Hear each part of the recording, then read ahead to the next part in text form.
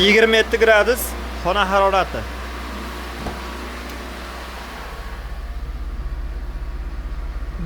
Uch konditsionerni berayotgan bizga salonga harorati.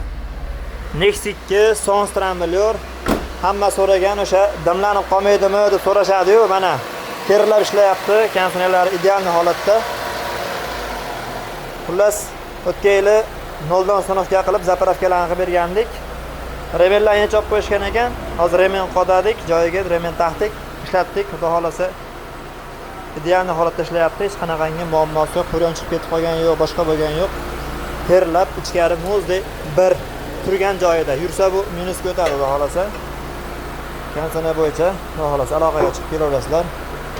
Chiroyli qilib ishlarni bitkazib berishga harakat qilamiz. Tashqaridagi Nexus 2 mizda ham Sonstramblyor, buni ham minus o'tkazib berishga harakat qilamiz, xudo xolasa.